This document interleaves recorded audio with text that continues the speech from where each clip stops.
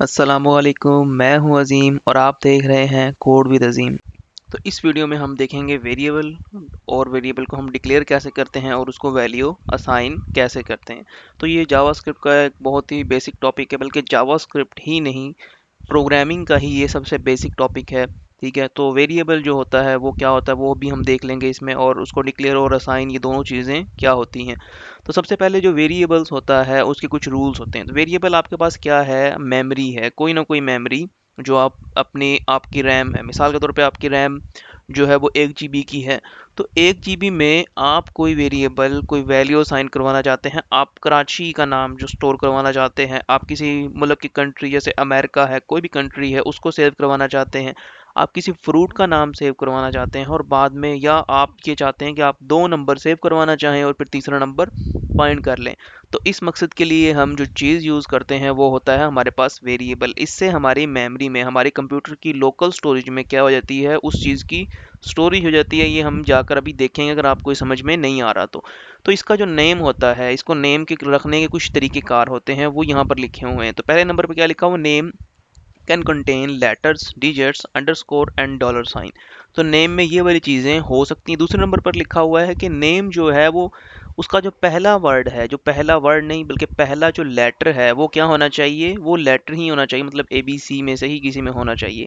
और वो आपके पास जावास्क्रिप्ट में यहाँ पर जो डॉलर का साइन है इसको भी एज अ लेटर ही लिया जाता है, तो ये भी हो सकता है। लेकिन जो दूसरी प्रोग्रामिंग लैंग्वेजेस होती हैं उनमें ये शामिल नहीं होता।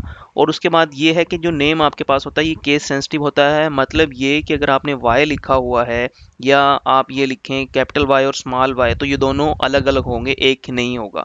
और लास्ट में ये लिखा हुआ है कि जो रिजर्व कीवर्ड होते हैं, जैसे जावास्क्रिप्ट है, लेट है, कॉन्स्ट है, कुछ भी है, कोई भी कीवर्ड है, जैसे इफ़ हम पढ़ेंगे आगे जाके, कोई भी चीज़ हमारे पास जो चीज़ उस लैंग्वेज में डिफाइन की गई है उसको आप वेरिएबल का नाम नहीं रख सकते।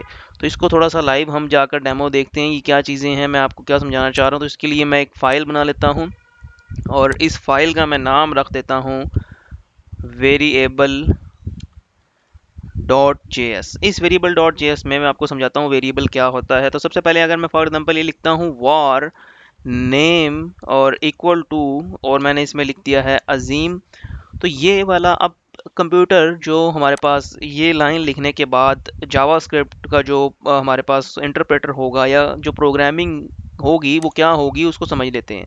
यहाँ पर जो अजीम मैंने लिखा है ये एक स्ट्रिंग है, ठीक है ना। ये एक वॉर वेरिएबल है। वॉर जो है वेरिएबल को डिक्लेयर करने के लिए यूज़ होता है।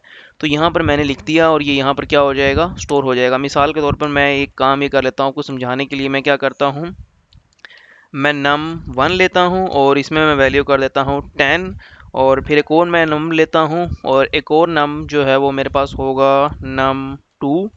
तो मैं num2 लेता हूँ और इसमें मैं वैल्यू स्टोर कर देता हूँ 20।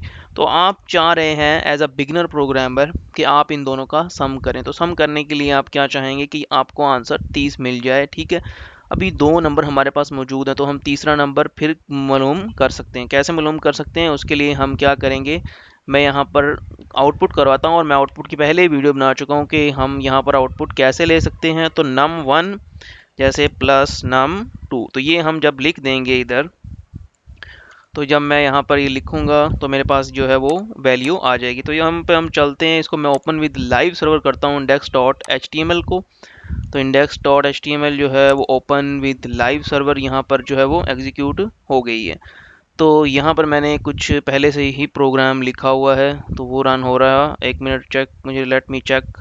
तो मैंने कर दिया। बेसिकली ये हुआ है कि मैंने वेरिएबल डॉट जेएस की जो फाइल बनाई है उसको मैंने यहाँ पर इसके साथ लगाया नहीं है। तो लगाने के लिए मुझे यहाँ पे बताना होगा कि मैं जो फाइल जिस पे काम कर रहा हूँ वेरिएबल डॉट जेएस है।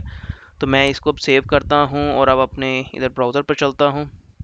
तो ये अब सेव नहीं हुआ है, तो इसको मैं एक दफ़ा दोबारा से ओपन करता हूँ और यहाँ पर जो मैंने लिखा हुआ है कंसोल पर हो जाए। तो ये वेरिएबल डॉट जेएस, तो ये इंडेक्स डॉट एचटीएमएल की फ़ाइल है। इसको मैं open with live server again करता हूँ। तो ये अगेन जो है वो मुझे क्या दे रहा है, अच्छा ये एक मिनट, मुझे लगता है ये इंडेक्स डॉट एचटीएमएल जो है वो वैल्यू सेव नहीं हुई है। तो अच्छा हो गई, ठीक है, कोई मसला नहीं है। वो पहले जो चीज़ें बनी हुई हैं वो आ रही हैं। तो अब हम इस तरह करते हैं, यहाँ पर आते हैं और जो हमने हमारी आउटपुट देखनी है, हमारे आउटपुट कहाँ पर होगी, यहाँ पर होगी, ये देख सकते हैं आप 30। तो ये वाला 30 अब मैं किसी और फील्ड में भी प्रिंट करवा सकता हूँ आपको। यहाँ पे मैंने प्रिंट जो है वो करवाया है, तो ये 30 आ गया है। ठीक है, तो ये हमारा जो काम हुआ है ये किसने किया है, वेरिएबल ने किया है। अगर फॉर एग्जांपल मैं इसकी वैल्यू इस तरह से लिख देता हूँ नम, और इसको मैं यहाँ पर जो है वो इसी तरह से लिख कर ख़त्म कर देता हूँ, तो ये वेरिएबल डिक्लेयर होगा। मतलब अभी ये डिक्लेयर हो गया है, मेमोरी में ये बन गया है, लेकिन मेमोरी मेमोरी तो इसने ले ली है, लेकिन मेमोरी में इसकी कोई वैल्यू नहीं है। वैल्यू का मतलब अगर फॉर एग्जांपल अब मैं इन दोनों नंबर को प्लस करना चाहूँ तो आंसर क्या आएगा, तो देखते हैं आंसर क्या आएगा। तो आंसर नॉट अ नंबर आया है। ठीक है ना, नॉट अ नंबर क्या है, ये आपके पास बता रहा है कि भाई ये वाला नंबर नहीं है। जब ये नंबर होगा तभी हम इसे कर सकते हैं।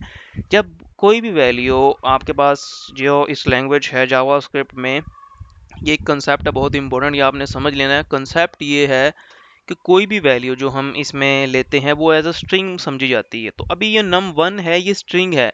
चलें, ये num1 की जो टाइप है, इस देखिए अगर फॉर एग्जांपल आप देखना चाहें कि टाइप ऑफ num1 क्या है, वो भी हम यहाँ पे चेक करते हैं। हम करते हैं टाइप ऑफ, और वो हम चेक करते हैं num1 की।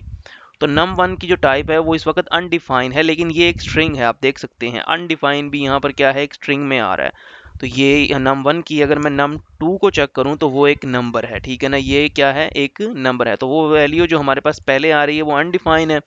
तो अनडिफाइन और इसको हम जब प्लस करेंगे तो हमारे पास वैल्यू क्या आएगी, एक नॉट अ नंबर आएगा, मतलब हम इसको प्लस नहीं कर सकते हैं। ठीक है, अनडिफाइन जो है वो मैं पहले ही आपको एक वीडियो में बता चुका हूँ, आप वो वीडियो लाजमी देखिएगा अनडिफाइन की।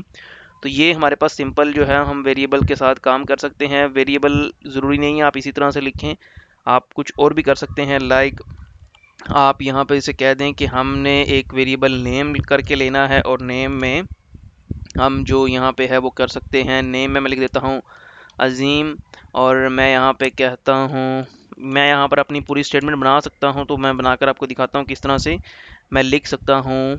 सॉरी, मुझे पहले एक स्ट्रिंग लेनी होगी, यहाँ पे लिखना होगा माई नेम इज़, और उसके बाद मैं चाह रहा हूँ कि यहाँ पे मैं क्या कर दूँ, प्लस। तो मैं अब कनकैट कर रहा हूँ, आपको बताता हूँ किस तरह से कर रहा हूँ, और मैं इसमें नेम को क्या कर दूंगा, कनकैट कर दूंगा। तो अब क्या होगा, वहाँ पर नज़र आएगा माई नेम इज़ अज़ीम। तो आप अपना यहाँ पर नाम लिखेंगे, वो नाम जो है वो कुछ भी आप लिखें वहाँ पर शो होगा। तो मैं इसको यहाँ पर से, इसका कोई काम नहीं है, और यहाँ पर देखें तो माई नेम इज़ अज़ीम जो है वो यहाँ पर शो हो रहा है। ये तो मैंने लिखा हुआ था तो उसकी वजह से आ रहा है, टाइप ऑफ की वजह से। तो माई नेम इज़ अज़ीम आप यहाँ पर कुछ भी लिखेंगे वो आपको यहाँ पे नज़र आएगा। तो इस तरह से भी आप जो है वो इससे अमेजिंग काम कर सकते हैं। आप कुछ भी यहाँ पर प्रिंट करवा सकते हैं। आप यहाँ पर कोई जो है वो कार का नेम लिख सकते हैं। अब आप यहाँ पर कह सकते हैं माई कार नेम इज़ फलां, तो आप यहाँ पर लिख सकते हैं कार नेम। और ये जो नाम मैं लिख रहा हूँ इसके बारे में जो हमने कुछ रूल्स पढ़े थे, लाइक हमने ये कहा था इसको हम इस तरह से नहीं लिख सकते, तो ये हम नहीं लिख सकते। अगर हम ये लिखेंगे तो देखें यहीं पे ही एरर आ रहा है, हमें बता रहा है कि N identifier keyword can not immediately, एक न्यूमेरिकल लिटरल नहीं हो सकता। तो हमने ये बात पढ़ी थी कि ये पहला जो इसका वर्ड है वो क्या होना चाहिए, वो हमारे पास या तो डॉलर का साइन से स्टार्ट हो सकता है, ये भी एक वैलिड है, और या जो है वो कोई न कोई ए बी सी इनमें से हो। तो मतलब ए से लेके जी तक जो हमारे पास अल्फ़ाबेटिक्स हैं उनमें से हो, या इस तरह से हो। तो ये हमने पढ़ा था। इसी तरह से हम इसको जो है वो कोई और नहीं रख सकते। इस नेम को हम लेट अगर रख के देखते हैं, लेट अगर रख के देखते हैं तो ये भी हम जो है वो नहीं रख सकेंगे, ये रिजर्व कीवर्ड है। जैसे हम जावास्क्रिप्ट है और भी कीवर्ड आएंगे, आपके पास फॉर लूप होगा, तो ये आप जितनी भी चीज़ें होंगी ये आप नहीं रख सकेंगे। तो ये कुछ को जो है वो यहीं पे आइडेंटिफाई कर देगा, लेकिन कुछ को बाद में जाके आपको बताएगा, जब आप उसका एरर जो है वो वहाँ पे जाके आपको कंसोल पे जाके बताएगा।